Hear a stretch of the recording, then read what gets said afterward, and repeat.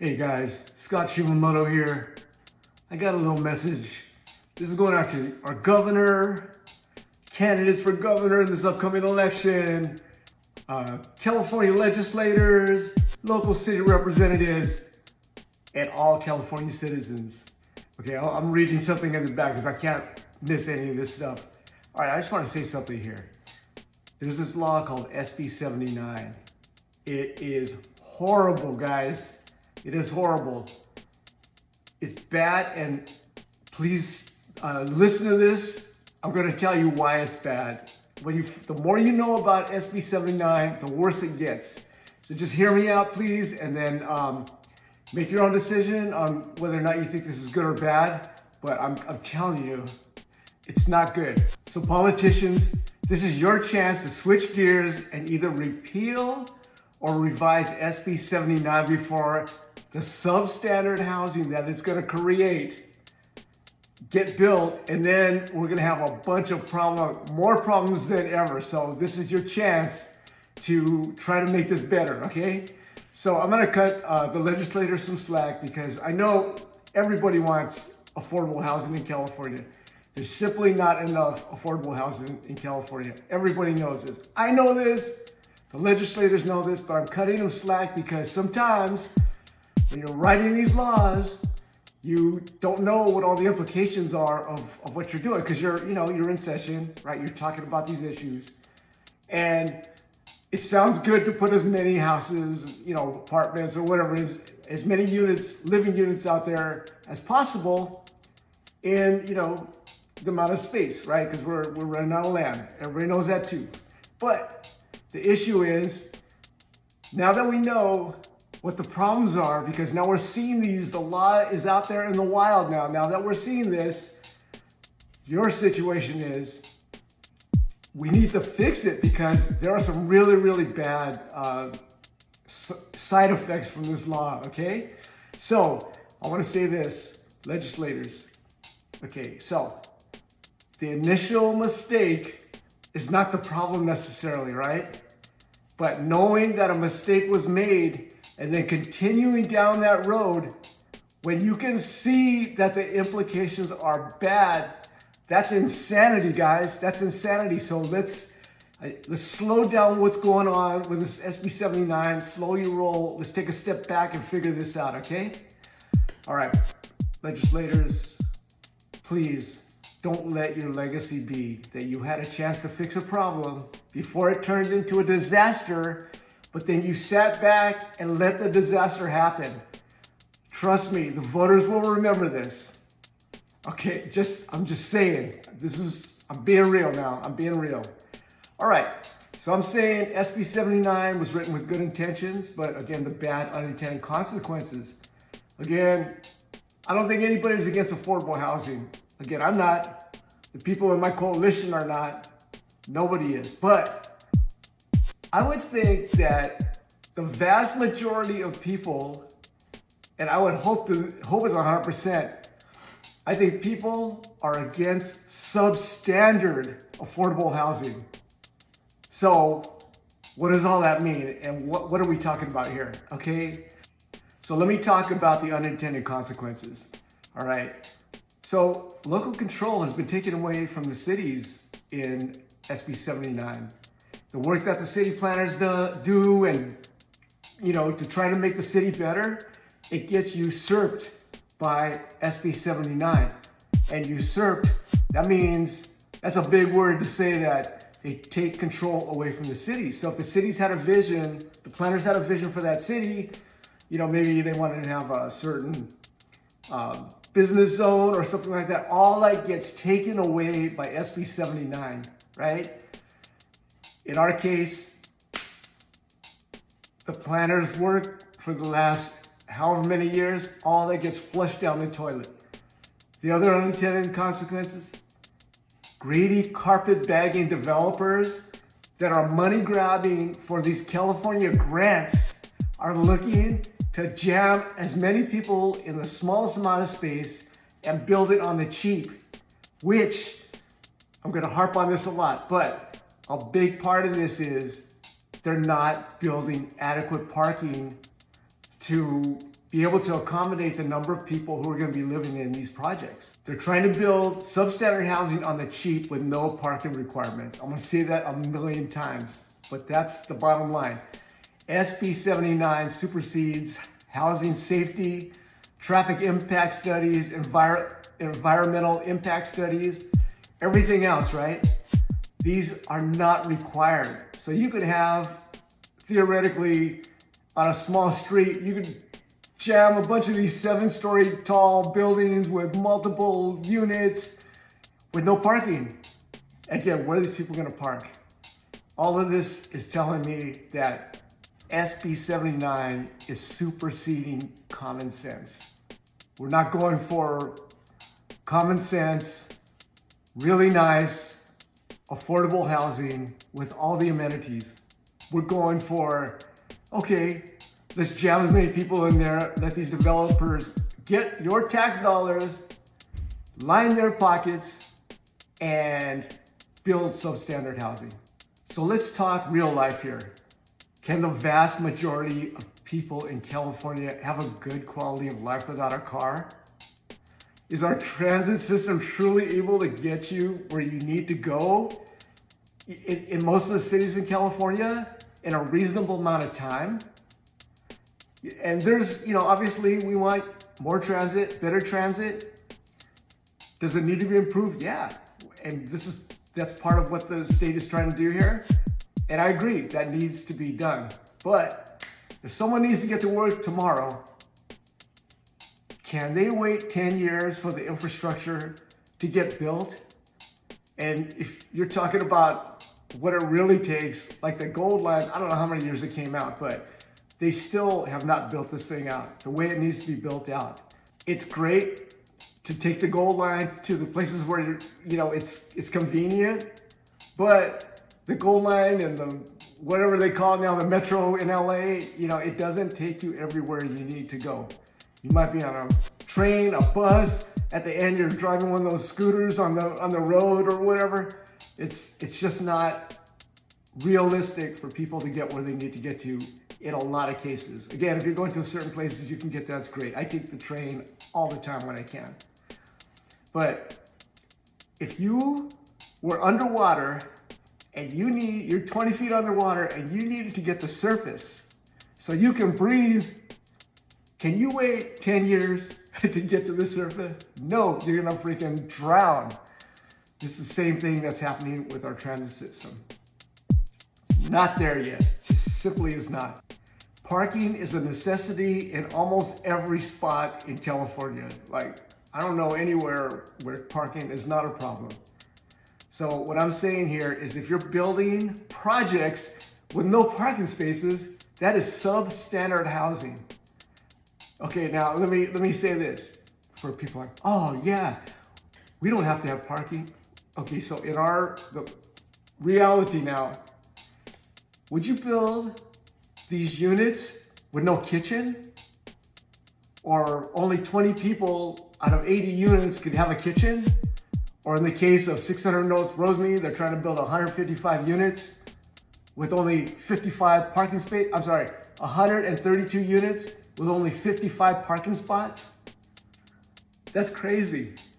Like, you wouldn't build these units with no kitchen, with no running water, with no electricity. Why are you gonna allow these units to be built with? Why would you wanna punish the people who are living in that project? They're gonna be paying rent. It may not be market rent, it might be below market rent, but if they have to have a car, which I'm saying in California, kind of need it, why would you want to take these people's money and give them substandard housing? It's ridiculous. Not when you could build it the right way and put the proper amount of parking in there, right? And if they don't have parking, what are they gonna do? They're gonna park in the streets, right? Okay, so let's be conservative. Let's say it's 132 units at 600 North Rosemead with 55 parking spaces. That means they're 77 spaces short. Where are these people gonna park? So I walked that block, because I live there. I walked the block and I made a video, which I'll be posting. I counted, I don't know, 25, 30 spaces, maybe like 20 on one side, 15 on the other side, whatever that number is, you'll see the video.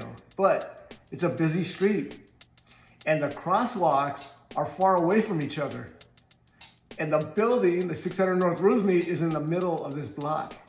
So what do you think people are gonna do when they're parked on the other side of the street, these limited amount of parked on the street? What do you think they're gonna do when they're parked over there?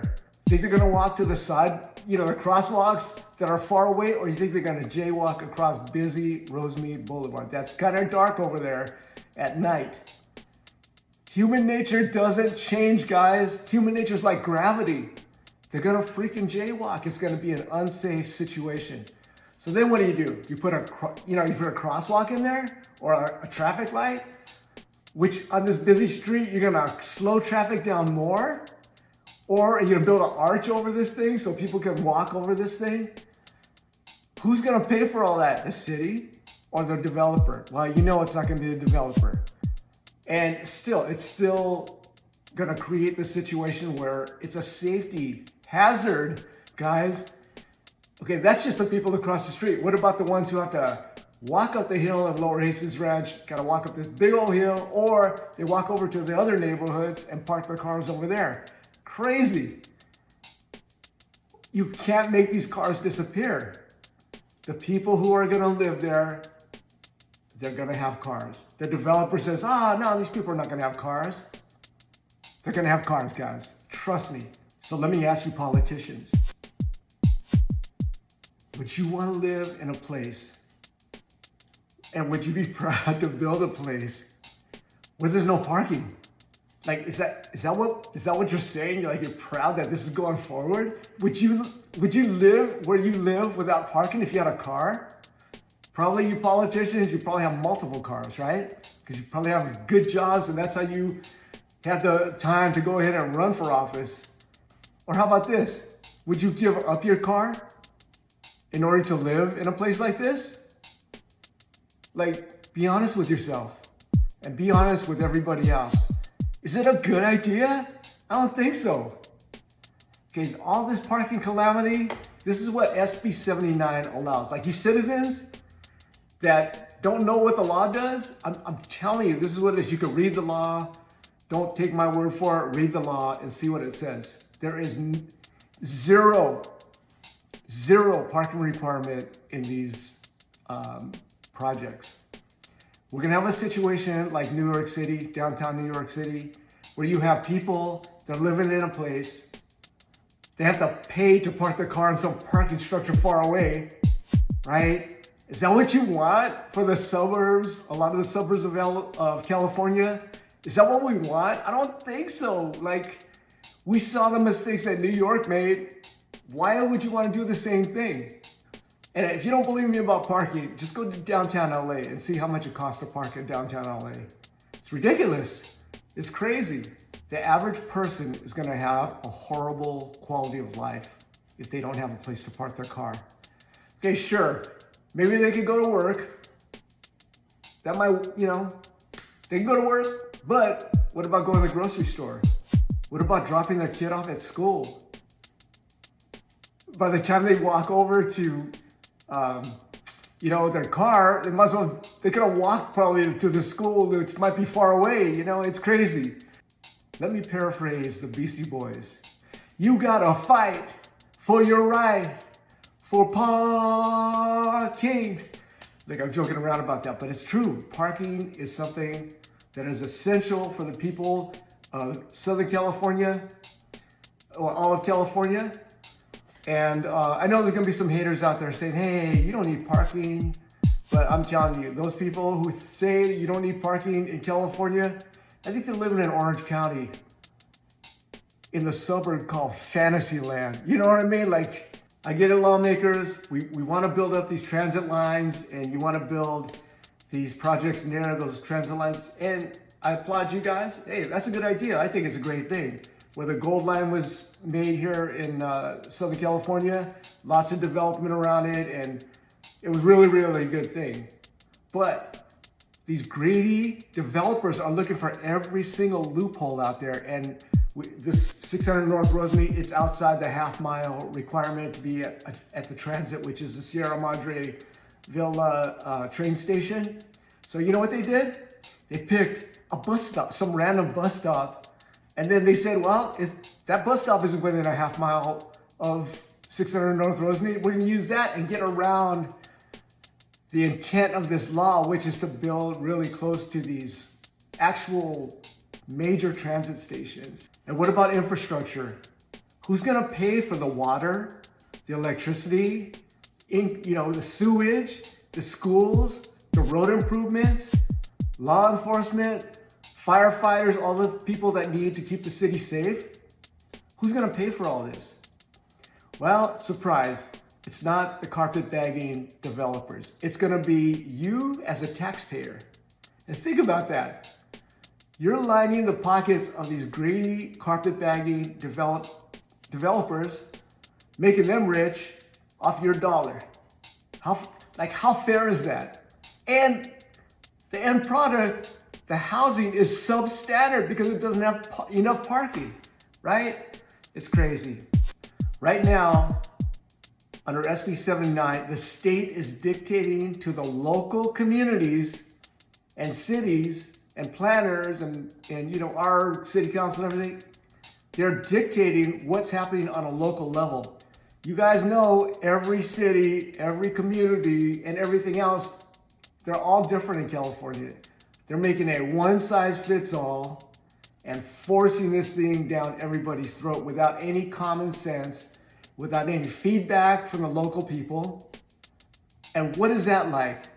That's like when the feds put masked ICE agents into California, you know what I mean, and terrorize the citizens of our state, right? That's not what we want to have. We want to have a situation where everybody has input, all the voters, all the local municipalities have input as to how this is going to be rolled out, how we're going to make common sense, affordable housing, right? That's what we need. So right now, under SB 79, the solution to more affordable housing in California is SB 79 poured gasoline across the whole state. Anywhere where the greedy developers feel like they have a chance to make some money and getting subsidized to build this substandard housing on the cheap, right? So the gasoline right now is on the ground. The question to the politicians and voters too, because the voters have the right to vote, and if we are picking the wrong politicians, then we're at fault as well. But the question is, do we clean up the gasoline that's in the communities, or do we light the match and burn the whole thing down? Right? Crazy. I don't think we want to light the match, guys. The people who understand SB 79 actually want the politicians to not light the match. Just take a step back, clean up the situation, and let's do this in a common sense way. Please, please, please, let's figure out a way to repeal SB 79 or substantially revise it so it makes sense. I don't think anybody wants to have no common sense. Thank you for listening. Please share this. If you're interested in joining our coalition, I have a couple of different ways for us to join together to fight SB 79. I'll put the information in the video so you can see what the links are. My email is scottshimamotocomic@gmail.com. I'll put that on there too. You can email me and I can also send you the information. Thank you very much.